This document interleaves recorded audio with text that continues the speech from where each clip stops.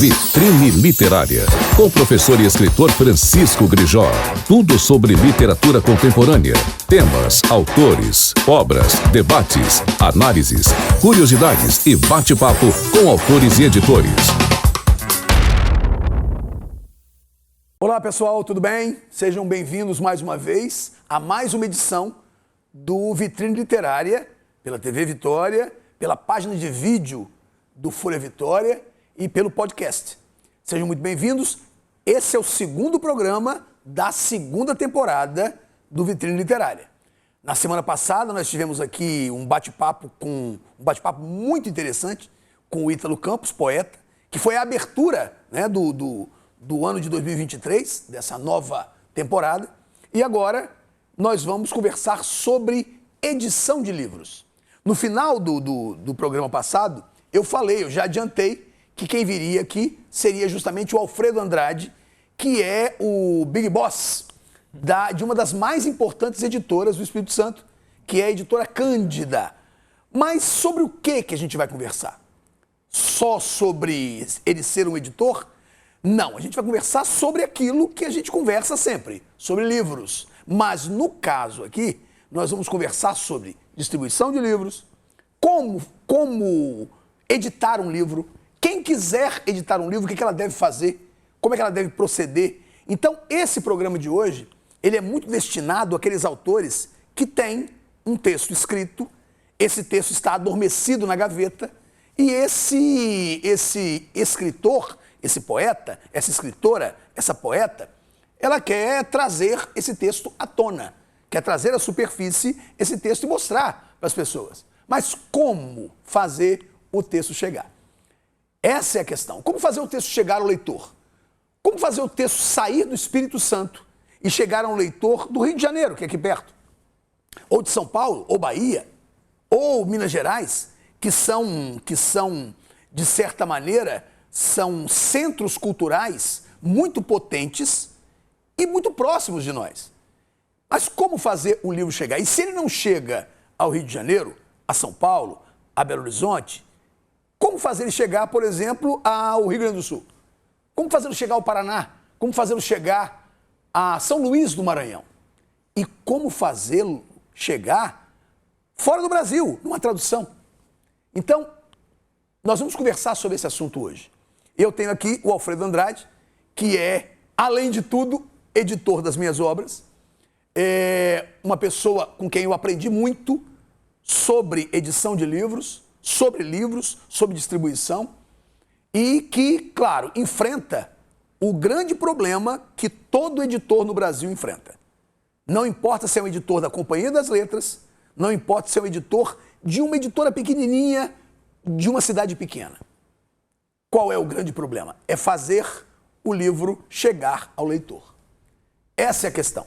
Então eu tenho aqui o Alfredo Andrade, ex-ator. Aliás, ex-ator, não, você continua ator, né? Não, tô meio parado. Por enquanto tô. Alfredo, se você quiser se apresentar, fique à vontade. Obrigado, Grijó. É uma honra estar aqui, né? É uma honra ser o seu editor, né? Parte das suas obras. E o trabalho que você faz é muito importante, né? Divulgar literatura, já teve o programa, né? No Instagram. Isso.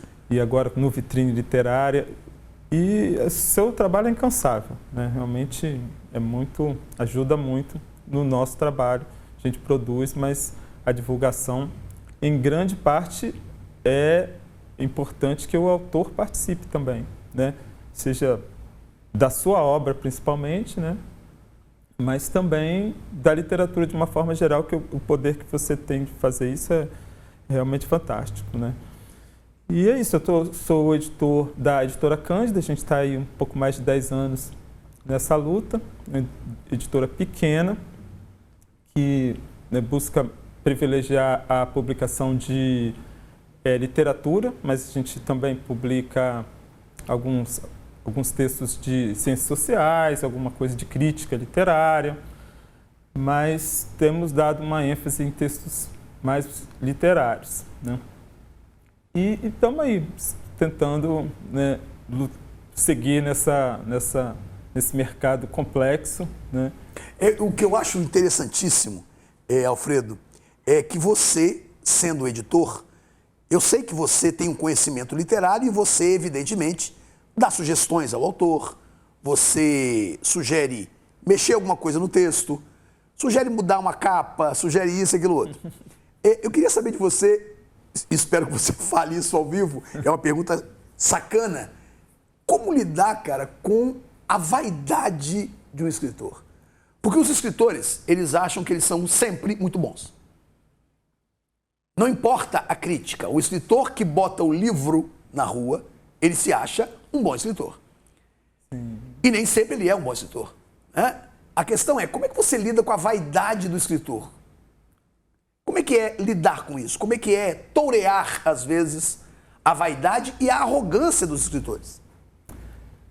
Isso varia um pouco, né, Grijó? Nem todo escritor é igual, né? Alguns são muito mais acessíveis e alguns, realmente, a gente não mexe muito no texto dele. Existem autores até que têm uma ideia muito já pronta do livro, da capa, e que às vezes é tão bem ajustado que não tem o que fazer. Realmente tá muito bem concebido. Mas isso a gente vê em escritores que já têm uma carreira estabelecida, que já conhece, né, o ofício, conhece o mercado, tem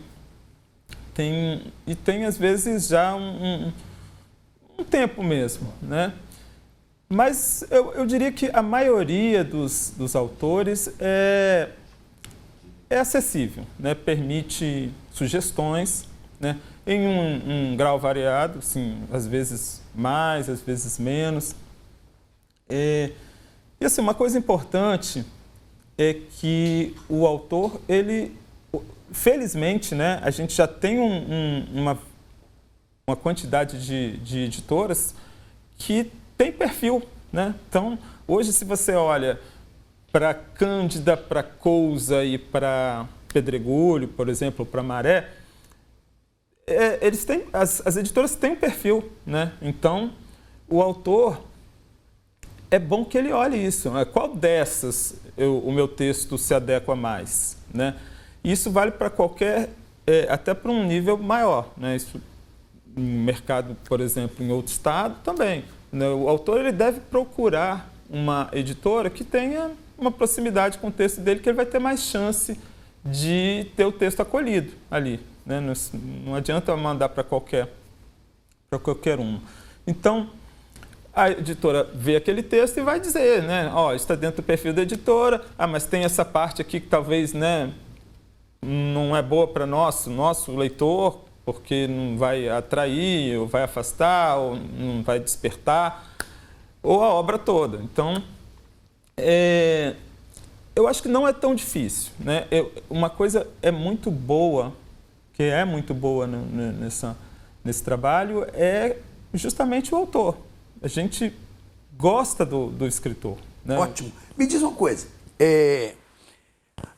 Nós sabemos, eu sei, e eu sei que você também sabe, e eu acho que muita gente que está ouvindo ou vendo a gente, ouvindo e vendo, também suspeita disso, que é o fato de que a literatura feita no Espírito Santo, ela não é tão conhecida e, por isso, não é tão valorizada quanto uma literatura feita no Rio de Janeiro, que tem mais mídia, em São Paulo e assim por diante. Vou te fazer uma pergunta muito clara. A literatura feita no Espírito Santo vende? Não, assim, não vende muito. Há leitores do Espírito Santo que consomem a literatura feita no Espírito Santo? Há leitores. Eu acho que há, tanto que existem várias editoras hoje que estão aí atuando. Existe um consumo para a literatura feita no Espírito Santo. Isso aí eu não tenho dúvida. Mas é um mercado difícil, qualquer estado, né?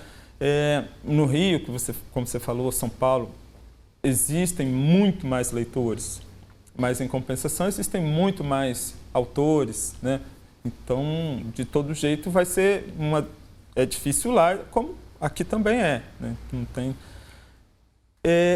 O problema de leitura a que existe aqui, eu acho que existe no Brasil todo. É uma coisa histórica, uma dificuldade que a nossa sociedade tem, né, em ler. Não é um hábito que foi muito cultivado, né, no nosso processo histórico, né. Eu acho que já vi alguma vez assim, alguém comparando, a televisão chegou antes que a leitura fosse estabelecida como hábito no Brasil. Então, já começou a disputar com a leitura antes que houvesse realmente um público com esse hábito bem estabelecido. Então, é isso, assim, gente... Eu recebi com certa tristeza, e creio que você também, o fechamento, né, a Livraria Cultura, ela pediu falência. Sim. Mas agora parece que vai tentar se recuperar, porque conseguiu uma liminar na justiça, etc. Vitória já teve muitas livrarias. Né? O Espírito Santo já teve muitas livrarias. Né? E Vitória, que é a capital, que é a cabeça, né, do sistema, do Estado, Vitória já teve muitas livrarias. Né? Eu me lembro que a Logos tinha várias filiais. Havia a Editora Âncora, havia a Editora Capixaba. Né? O que está acontecendo? Como é que as editoras estão se virando? Única e exclusivamente com venda pela internet?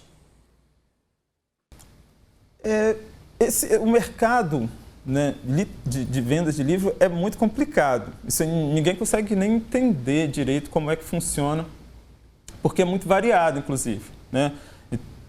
Existe um mercado, por exemplo, de livros técnicos, de livro didático, né? E houve até um tempo que tinha uma pesquisa que era feita periodicamente, que acho que a última foi em 2020, que é Retratos da Leitura no Brasil. Acho que foi em 2019 e o resultado saiu em 2020, acho que foi o último, não sei por que isso foi interrompido.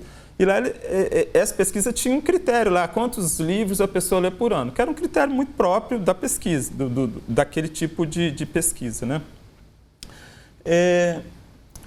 Mas, de toda forma, ela ainda não conseguia alcançar, não conseguia avaliar assim, quanto que o brasileiro lê mesmo, porque isso é muito difícil de avaliar. E quando a gente vê esse fenômeno das livrarias fechando, a gente está vendo um modelo de negócio fechar e falir, que é aquele modelo das grandes lojas, que houve isso, né, um período áureo em que tinha Saraiva, tinha leitura, tinha a cultura, que agora, né, é um choque para a gente ver a cultura de Sabá. Lembra da FINAC? FINAC também, lembro. Só que o que está falindo é um modelo de negócio. Isso não tem nada a ver com o hábito de ler. É diferente. O hábito de ler caminha por outros meandros aí. Tem gente que está lendo de outras formas. Está lendo na internet, está lendo de pequenas editoras, está lendo os livros técnicos. Então, a gente precisa entender um pouquinho que existem diferentes negócios. E no lugar dessas grandes lojas, a gente vê os grandes sites aí que estão absorvendo esse mercado, que é a Amazon principalmente, que tem uma política realmente de às vezes, praticar preços irreais e que faliram as grandes lojas. Isso, né, predatismo, né? É predatismo. Isso foi feito da maneira mais selvagem, né, para conquistar todos os clientes. Então, hoje, quando se pensa em comprar livro, se pensa na Amazon. Eu vejo isso muito quando eu lanço um livro e a pessoa fala imediatamente, já está na Amazon. Né? Teve um livro que eu lancei que o cara lá de Brasília quis comprar, um jornalista, e falou, tentei na Amazon. Aí foi comprar na nossa loja. Que é a primeira coisa que vem à cabeça. E esse era o projeto da Amazon mesmo. Né? Se pensasse, quando pensasse em comprar livro, fosse lá. Mas a internet facilitou muito a gente abrir uma loja. Então, a gente abre uma loja virtual, sem pagar nada, sem pagar aluguel, sem pagar... às vezes, tem planos gratuitos, você só paga se vender. Então, isso facilita demais. A gente consegue vender pela internet e a gente despacha para qualquer lugar do Brasil. Né? Então, acho que muita gente está comprando assim. E isso permite essa realidade que a gente tem hoje de uma grande quantidade de pequenas editoras funcionando aí no Brasil todo. Não é só um fenômeno aqui, né? Isso facilitou demais o crescimento desse mercado. Mas a ideia de livraria, para mim pelo menos, né?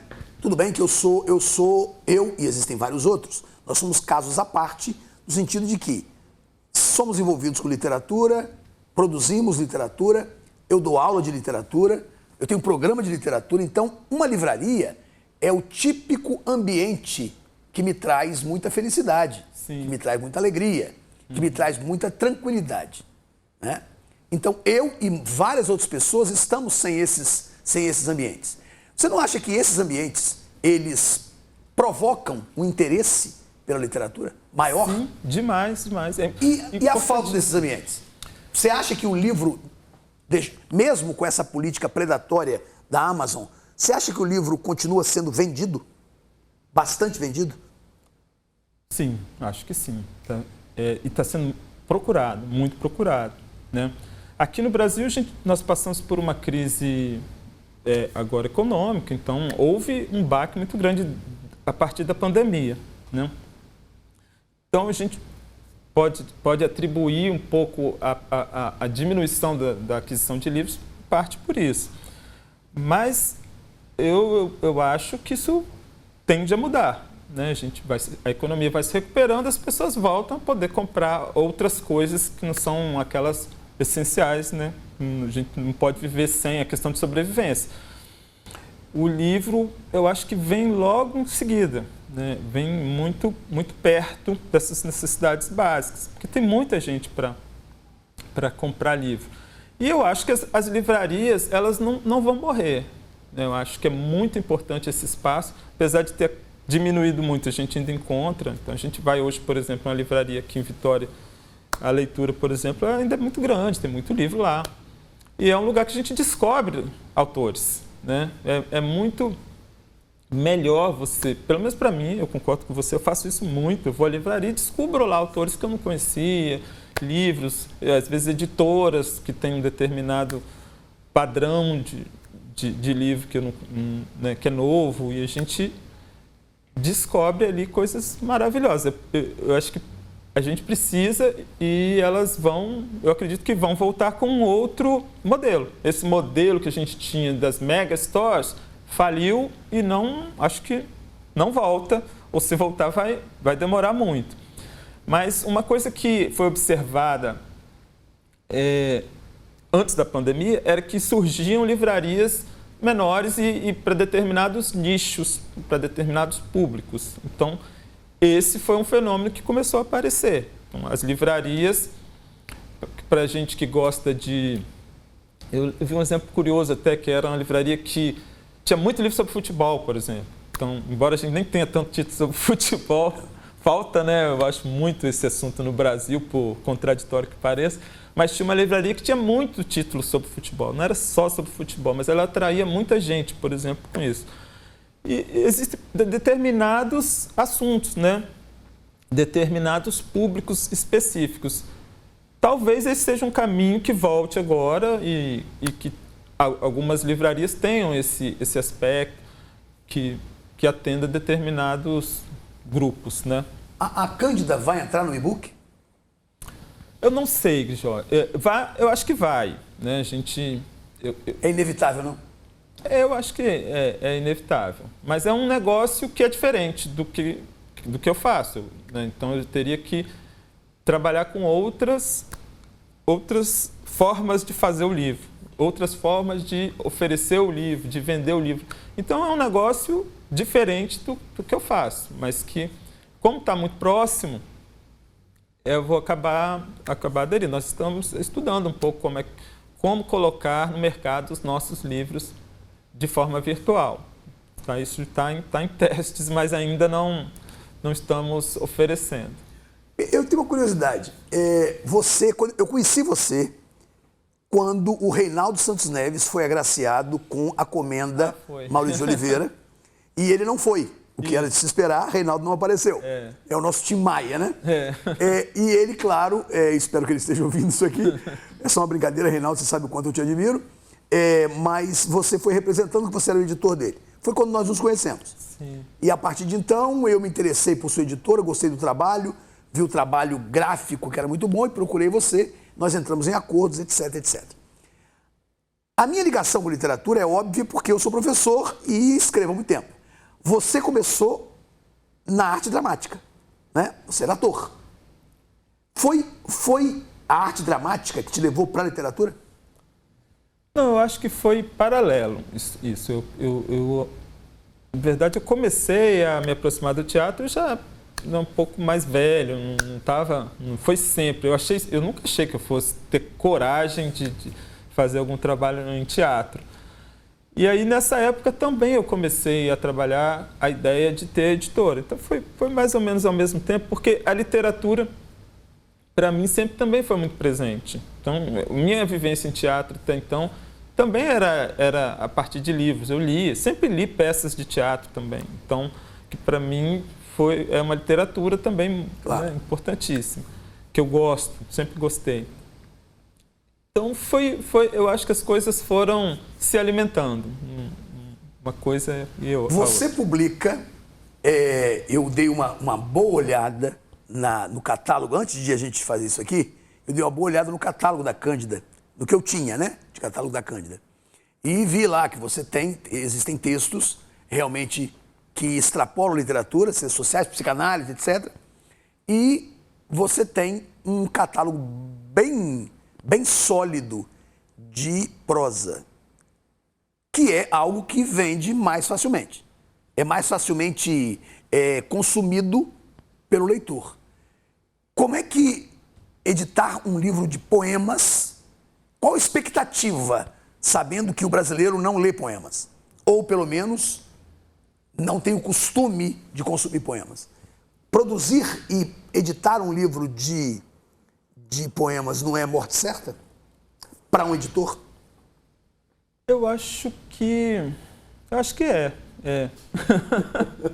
E olha que é a coisa que eu mais gosto de ler, é poesia. Eu não sabia.